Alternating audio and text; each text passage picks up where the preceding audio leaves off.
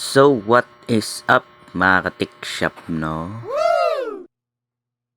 For today's video mga ka-tech shop, natay Samsung A13 power button issue mga ka-tech shop.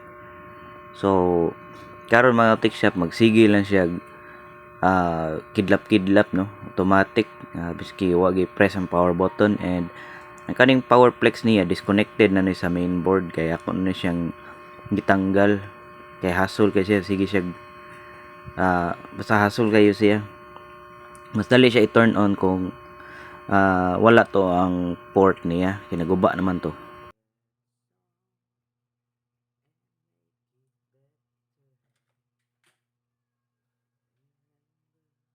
So karon mga tech shop, after na ko gitanggal ang power flex port, magsige na siya kidlap-kidlap, like mura siya gi-press og iyaha, murag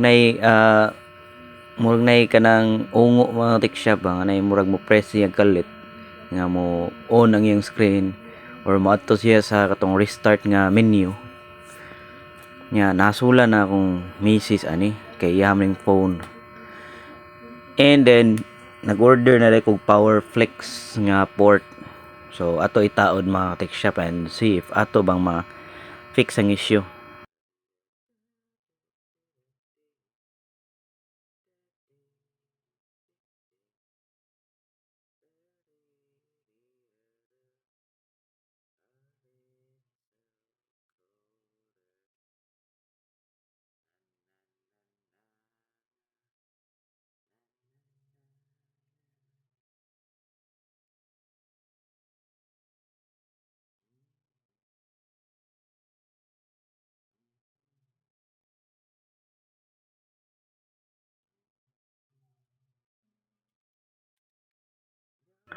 So ang power flex port mga tech shop, barato ra to siya, pero lisod siya itaod. So hassle siya niya, napagid siya sa motherboard, so naay chance nga masayop ta og taod, dili na mo gana ang phone mga tech shop, or dili na mo siga. So careful kita ni magtrabaho ta og motherboard nga related issue, no? So let's go ahead and disassemble the phone sa mga tech shop.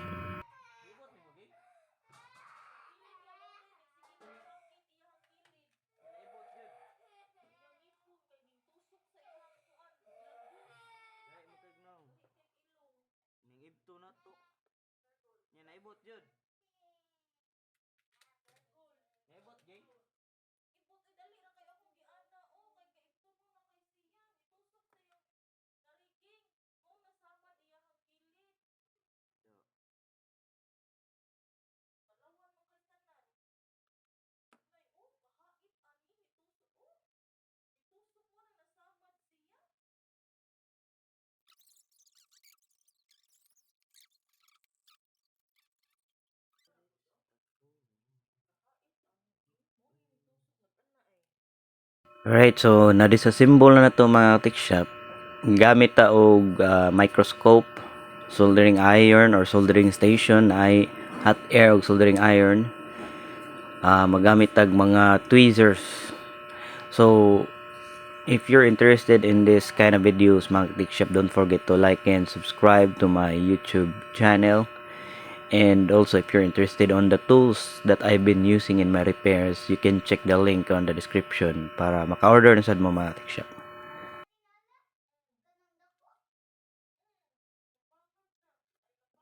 Tinalawan gani mo na resulta.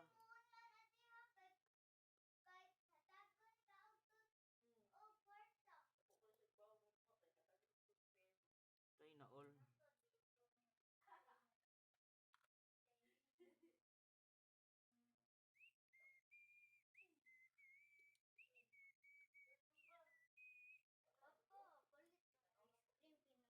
Saba uy, saba dia.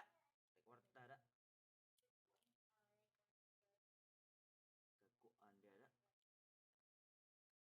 Bi na kay sigip kag papalit. Paayo pumagita si mong mama dire.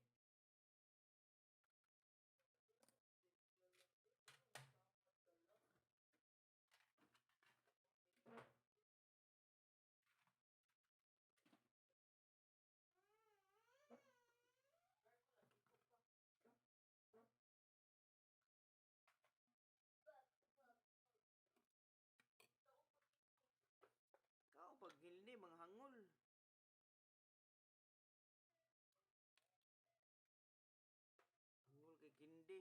Moadto kambaro daghang kay bawang kindi. Mayra ninyo. So kaning power port flex or power flex port mga tikshop, perting gamaya ani nga pisa mga tikshop.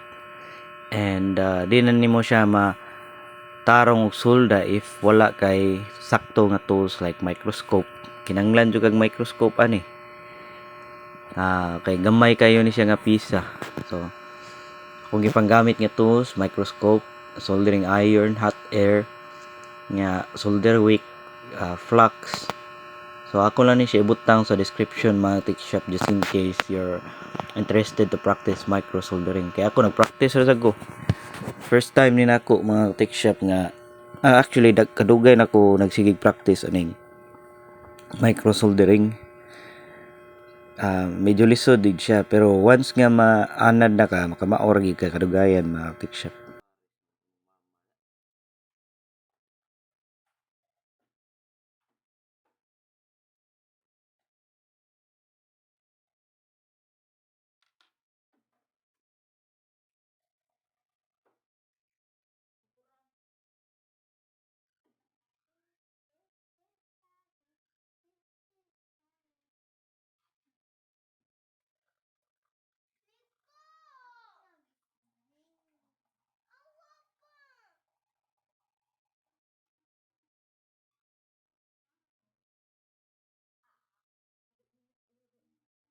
Alright, so first step, limpyuhan na to ang kaning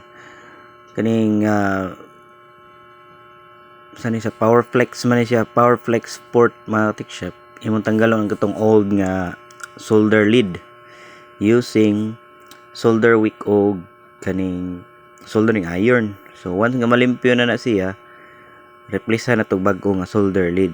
And then itaon na to ang power flex port.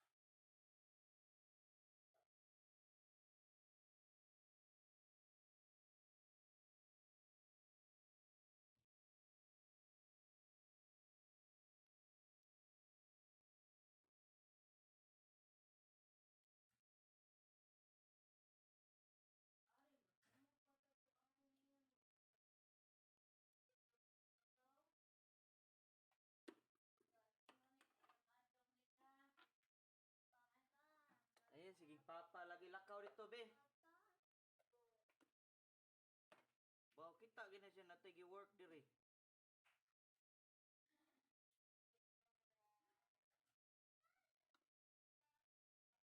Nalan di karong diha ron.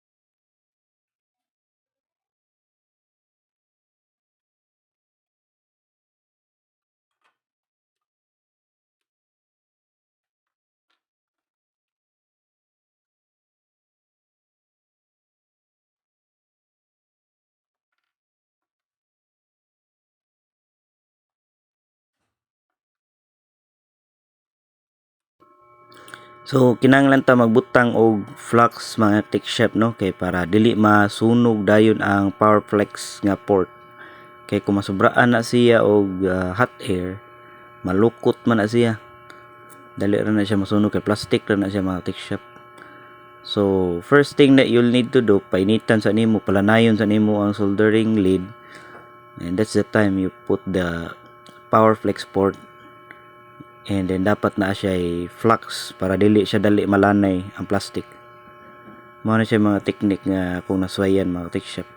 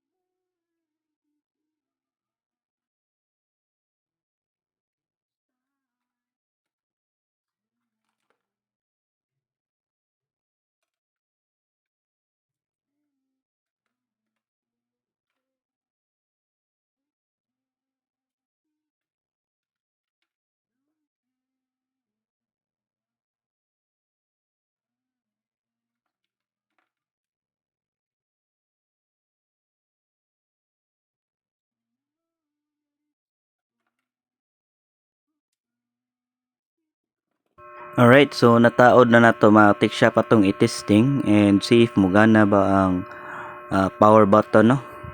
So hopefully mugana, if di gani ato pa ni check mga shop. So testing number 1, dapat mo on siya. But as you can see, wala siya ni on mga shop, no? So another option na to is try na to og lain nga power flex. So magtesting taglain power flex basin guba na sad ni ang power flex kay dugay-dugay naman sad ni. Try na to og bag-o nga power flex mga shop.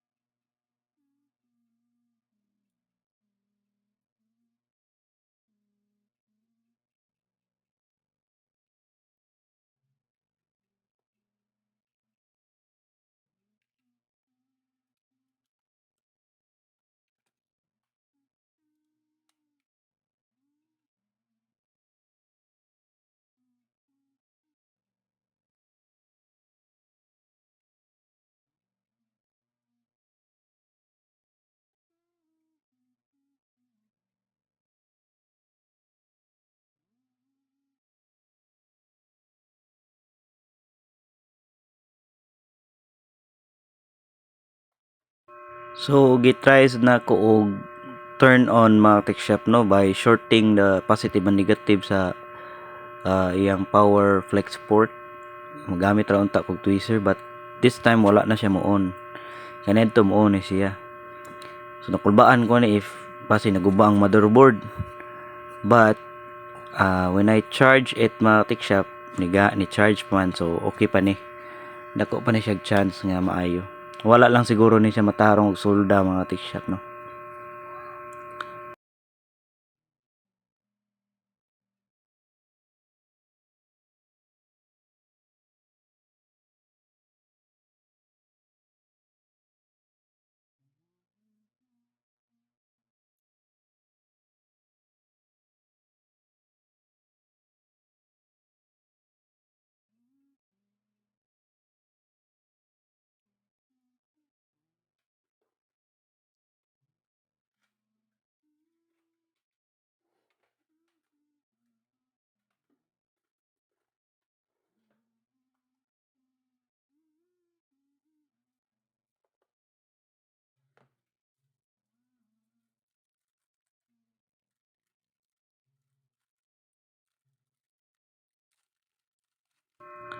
So nagtry na sad ko og lain nga power flex mga shop. And tanaw na to og neon ba siya mga shop, no. And as you can see, walay reaction sa screen. So meaning wala gini siya matarong og sulda kaya maski bag-o nga power flex so am gyapon ni gana. So ato ni tarangon og sulda mga shop. So mo nay nakalisod aning kaning micro soldering. So nagtuo natarong nimo sulda apan nay mga pins nga wala magkatapot gyud. So ato ipakita gyud sa nato pag fix mga shop. Okay. Paibot lang na mama lang.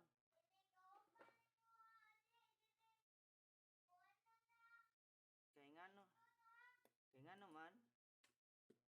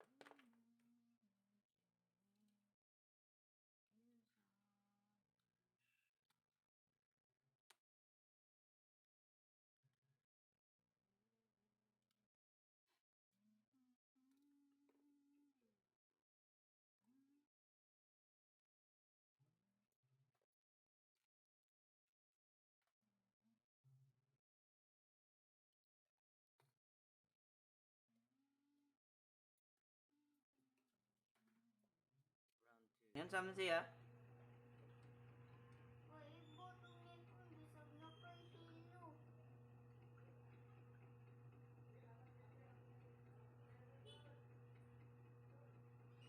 So wa ko magamit og soldering iron ani mga tech shop kay malanay man ni siyang kilid ani og akong soldering iron. So akong gibutang mga tech shop.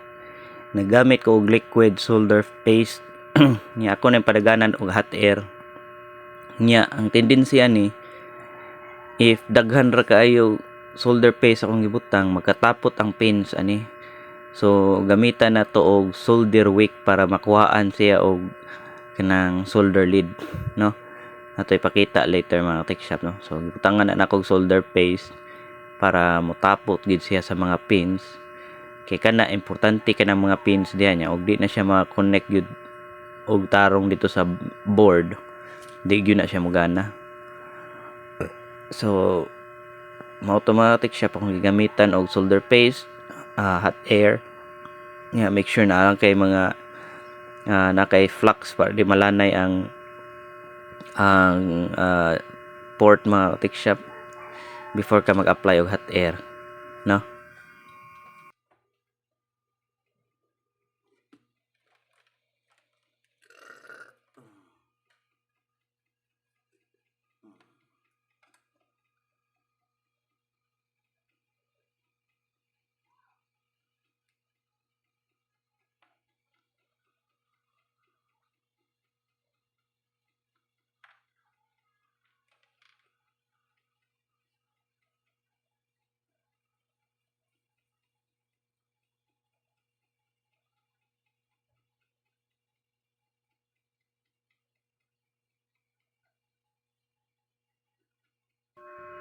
Alright, so as you can see mga tech shop na yung mga pins nga nagtapot, no?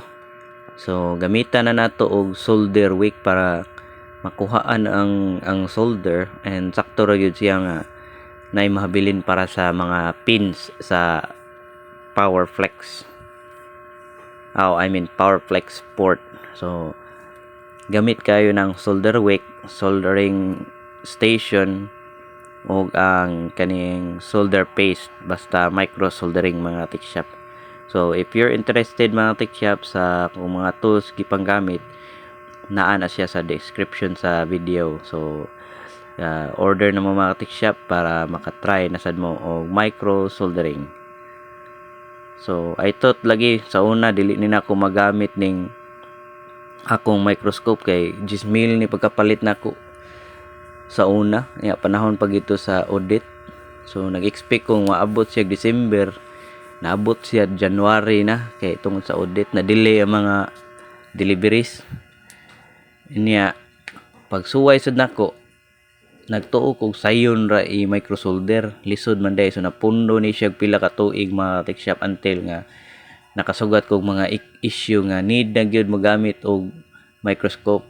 So nagsigir gyud kog practice hangtod nga nakat on ko aning micro soldering mga tech shop. So inana ra gyud teknik ana.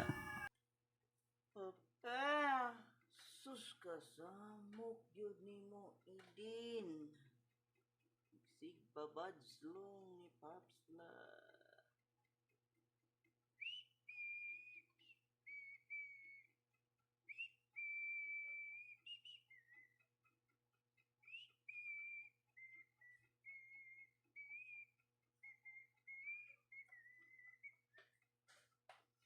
Ta ta ta ta ta ta.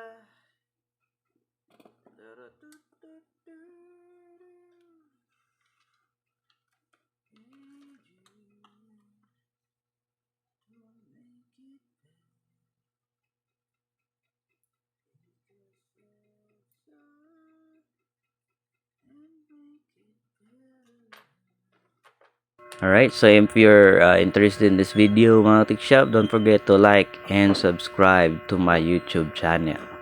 So ready na ta to test. Let's see if mugana ba mga tech shop, no? Nakataod na ang power flex o wala gihapon siya ni on mga tech shop. So unsa pa kay lain problema ani mga tech shop, no? Ang kaning pink nga power flex kato ni siyang old nga power flex mga tech shop. So try taglaing power flex siguro And let's see if mugana ba. Kay I think na sulda na natog tarong kay tanan pins connected na gyud based on physical inspection. So try ta og lain nga power flex, no. Nag-order sa kog laing power flex ani. Sa una pa gining power flex para ani nga phone ginagtuo kog power flex ray problema, ang port gyud ay mismo nagka problema kay kato ni siya pag replace na ko og LCD ani nga phone mga tikshop na wala siguro na ako matarong og tanggal na apil ang port. So as you can see mga tikshop ni work siya, so good job kayo mga tikshop na sulda na tog tarong. So let's proceed with assembling the phone mga tikshop.